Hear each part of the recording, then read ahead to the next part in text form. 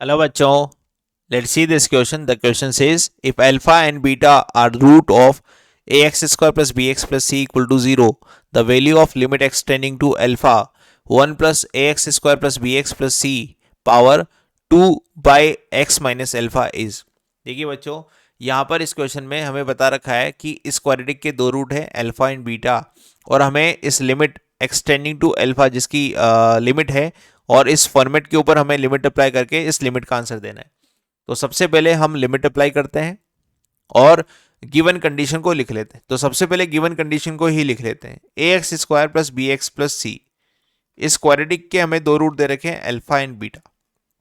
तो जब भी मुझे किसी क्वाड्रेटिक के रूट दे रखे होते हैं तो उस क्वाड्रेटिक को मैं ऐसे लिख सकता हूँ, ए x square plus B x plus C equal to A time of x minus alpha x minus beta. इस क्वाड्रेटिक को मैं ऐसा लिख सकता हूँ, अगर मेरे को अल्फा और बीटा इस क्वाड्रेटिक के रूट दे रखे हैं तो कैसे लिख सकता हूँ, ए x square plus B x plus C equal to A time of x minus alpha dot x minus beta. ठीक है, इस क्वाड्रेटिक को मैं ऐसे लिख सकता हूँ। ये हमारी इक्वेशन नंबर 1 है।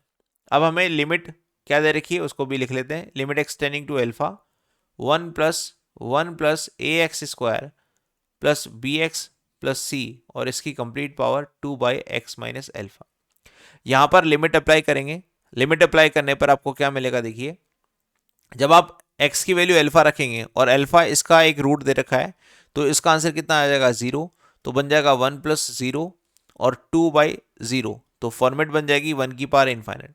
और 1 की पावर इनफाइनाइट को सोल्व करने के लिए एक फॉर्मूला हमने यहाँ लिख देते हैं, limit extending to a f of x power g of x. जब भी हमारे पास कोई पैटर्न ऐसा बनेगा तो इसको हम इस फॉर्मूले से यूज़ कर सकते हैं, limit extending to a base -1 और पावर मल्टीप्लाई में, पावर क्या आ जाएगी मल्टीप्लाई में। तो इस वाले फॉर्मूले का यूज़ हम यहाँ पर कर लेते हैं क्योंकि इसका फॉर्मेट भी क्या बन रहा है, 1 की पावर इनफाइनाइट फॉर्म बन रहा है।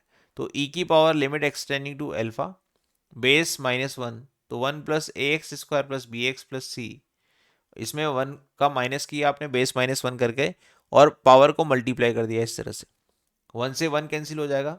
और हमें पता है इक्वेशन नंबर 1 से, नाउ फ्रॉम इक्वेशन नंबर 1 मैं a x square plus B x plus c को लिख सकता हूँ a time of x minus alpha x minus beta 2 upon x minus alpha.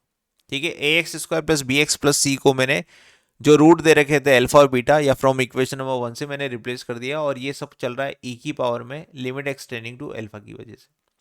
यहाँ पर एक्स माइनस अल्फा कॉमन है, ये मैंने कैंसिल कर दिया और अप्लाई कर दिया लिमिट को, लिमिट अप्लाई कर दिया।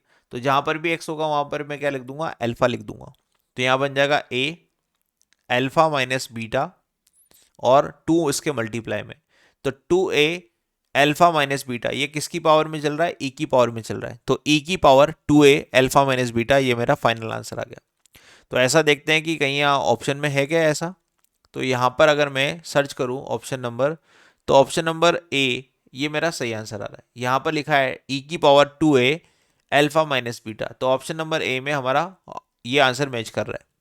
तो देखिए यहाँ पर सिंपल सा की कॉन्सेप्ट आपने काम लिया, क्वाड्रेटिक के रूट दे रखे हैं तो क्वाड्रेटिक को आप उस रूट की फॉर्म में लिख दो इस तरह से फैक्टराइज करके ए time of x minus alpha x minus beta, और 1 की पावर इनफाइनाइट जब भी फॉर्म बनती है किसी लिमिट को अप्लाई करने पर तो हम ये वाला फॉर्मूला यूज़ करते हैं। इस वाले फॉर्मूले को यूज़ करा हमने, तो हमारा आंसर आ गया ई की power 2a alpha minus beta, जो कि ऑप्शन नंबर ए में है। Hope you understand this, best of luck.